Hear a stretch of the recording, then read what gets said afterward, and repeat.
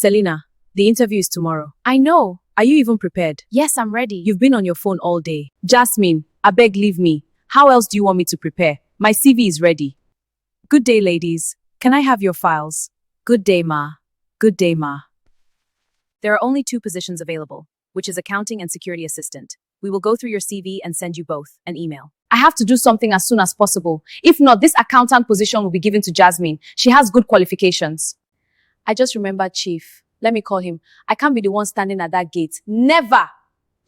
Hello, Chief. Are you free today? I need to discuss something with you. Send me the hotel address.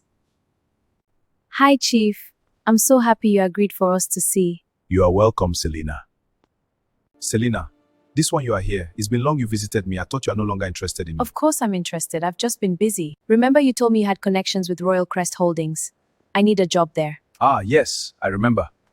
I know I didn't study accounting, but I need that position. The salary is huge. Please, Chief, help me. Okay, I will see what I can do. The manager is an old-time friend, and I also know the CEO. What will I get in return? Chief, don't worry. When I get the job, I will give you a chance. I appreciate that. Of course. I have to take this position. If not, it will be given to Jasmine. She has always been chosen over me. Every good thing goes to her. Even her qualifications are better than mine. I don't think I will let her have this one. So you really think you deserve a top position in this company? Selina's voice was sharp inside the company restroom lobby. Jasmine blinked slowly. Selina, what are you talking about? We both applied. Selina folded her arms. You think because you are always smiling and hardworking, they will just hand it to you? I never competed with you, Jasmine replied softly. Selina leaned closer. You don't have to. You always win without trying. That was the moment Jasmine realized something painful. This was no longer friendship. This was jealousy. Jasmine and Selina had grown up in the bustling heart of Surulere, Lagos, where every street corner held a story. The scent of roasted plantains mingled with the salty air drifting from the lagoon, while hawkers shouted tirelessly, their voices slicing through the rhythm of the day. Children's laughter bounced off the cracked sidewalks, mingling with the drone of motorcycles and the squeal of brakes from the ever-busy downfalls. Jasmine and Selina were inseparable then, sharing lunches of puff-puff and akara under the shade of the towering mango tree at the edge of their compound. They promised one another, in the naive solemnity of children, that one day they will both work in the same grand company, side by side, conquering Lagos together. Yet their personalities diverged like 2 streams. Jasmine was calm, introspective, and quietly intelligent. She listened more than she spoke, and her eyes, large and soft, reflected a thoughtfulness beyond her years. Selina was bold, outspoken, always seeking the center of attention. She could charm a crowd with a story or a laugh, her confidence magnetic. At school, these differences became more apparent. During award ceremonies, Jasmine quietly accepted her praises with a nod and a modest smile. Selina, however, clapped the loudest, cheered the most, masking the flicker of comparison in her heart. That small, quiet shadow, never spoken aloud, was the seed of jealousy. Comparison, as the elders said, if left unhealed, could grow into envy that gnaws silently at the soul. Years later, after university, Jasmine and Selina shared an apartment in Lagos. The city was electric, streets teeming with life, neon signs flickering across Victoria Island, the chaotic pulse of traffic both exhausting and exhilarating. They were both determined to leave their mark in the world. When Royal Crest Holdings, one of Lagos's most prestigious companies, announced openings for entry-level administrative positions, both girls applied. The company was a legend, high glass towers, polished marble floors, and a hierarchy that promised power, prestige, and influence. Jasmine prepared meticulously. She read about the company's history, studied its mission statements, rehearsed her responses to potential questions, and prayed for guidance. She wanted the position, yes, but more than that, she wanted to earn it honestly. Selina prepared too, But her methods were different. She networked relentlessly, called in favors, whispered to the right people, smiled at the right tables. Where Jasmine relied on merit, Selina relied on influence. On the day of the interview, the two friends dressed in professional attire, their hair neat, shoes polished. Jasmine smiled nervously. "We'll both get it," she whispered. Her voice carried a warmth of hope and trust. Selina's smile mirrored hers on the surface, but it lacked the softness. It was precise, strategic, calculated. The warmth was absent. 1 week later, Jasmine sat at their shared kitchen table, trembling hands hovering over her laptop as she refreshed the email containing the results. The world seemed to slow. Her heart sank. "Position taken," the message blinked coldly on the screen. A moment later, Selina's shrill phone call pierced the tension. "I got it!" she screamed into the receiver. Jasmine forced a polite smile, her voice steady despite the ache in her chest. "Congratulations!" Selina's joy was overdramatic, hugging her tightly, even as her eyes darted away with a faint unease. "Oh my God, bestie, I guess they just saw leadership in me."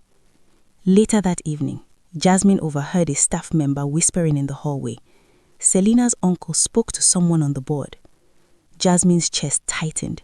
It hadn't been merit, it was influence. Selina had taken the position Jasmine had prepared for with every ounce of effort, not because she was more capable, but because of connections, an unfair advantage born of envy and pride. Jasmine could have left, gone home, wallowed in disappointment, but she did not. She walked into the HR office and asked quietly, "Is there any other vacancy?" The HR manager hesitated, then spoke slowly. "There is, but it's not glamorous." "What is it?" Jasmine asked. "Security assistant." Her heart sank. A uniformed job, standing at the gate, greeting visitors, long hours, little recognition. Pride stung, but determination burned brighter. "I'll take it," she said. The first day in her crisp dark uniform, Jasmine stood at the gate of Royal Crest Holdings. Rain drizzled over the busy streets, soaking the pavement with streaks of grey and silver. Visitors scurried, umbrellas in hand. Jasmine held hers confidently, greeting everyone with a polite nod. When Selina saw her, she laughed, sharp and condescending. "So, this is where life has placed you." Jasmine smiled gently. "At least I'm inside the company." Selina rolled her eyes, a sneer playing on her lips. From office desk to gate desk, quite a fall. Jasmine said nothing. She went about her duties, helping visitors find their way, memorizing employee names, and performing every task with unwavering professionalism. Slowly, the staff began noticing her quiet efficiency, and someone else took notice too. One rainy morning, a sleek black car approached the gate. Jasmine stepped forward with her umbrella. "Good morning, sir," she greeted. The man who stepped out was tall, composed and commanding.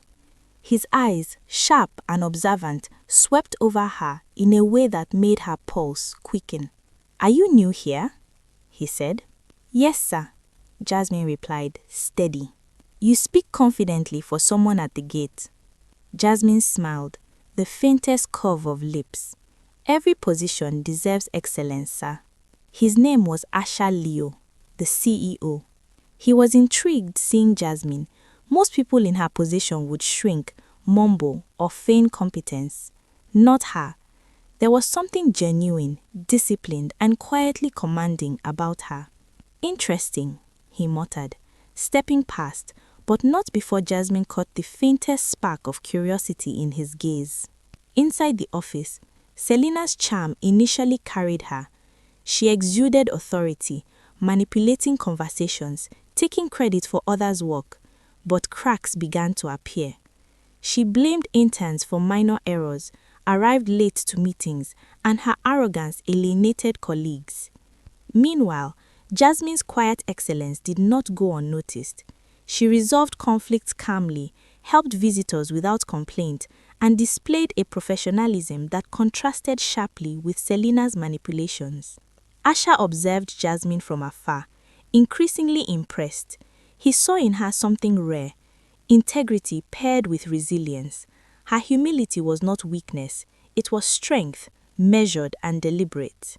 Weeks later, curiosity and duty compelled Asha to review company files. He pulled Jasmine's file and paused, eyebrows raised.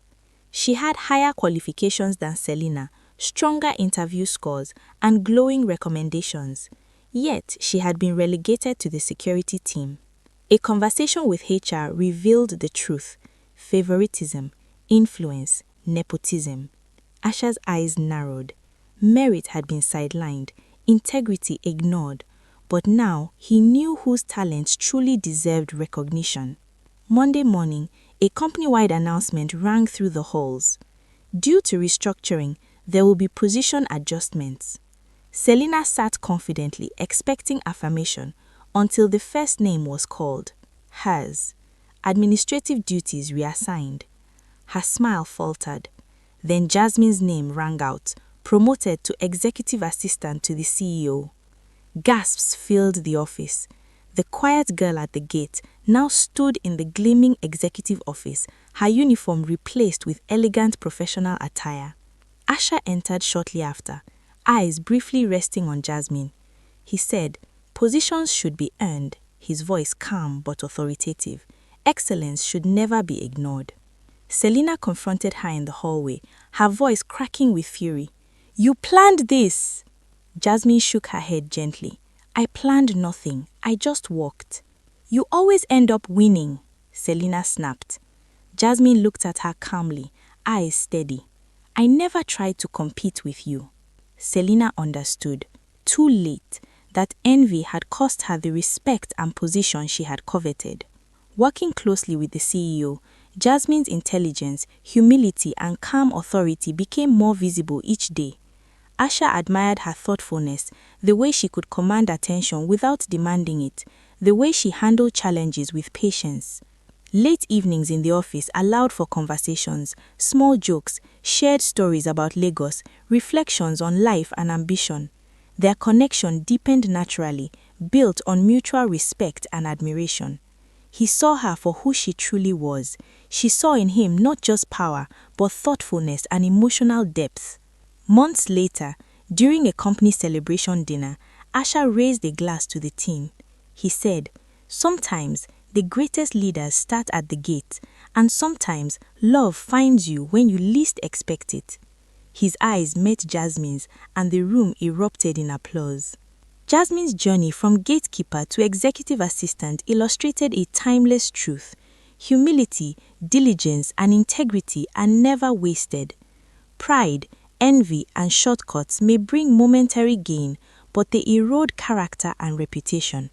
As she gazed from Lagos from her new office, city lights dancing across the lagoon, Jasmine reflected, life rewards those who persevere honestly, who choose principle over pride, and who walk quietly, faithfully, and wisely. And sometimes, love grows not from desire, but from respect, admiration, and shared values. If this story moved you, don't miss part 2. Subscribe now to join our storytelling community and turn on notifications so you never miss the next compelling story. Leave a comment to let us know if you'd like to see part 2, and tell us which country you're watching from.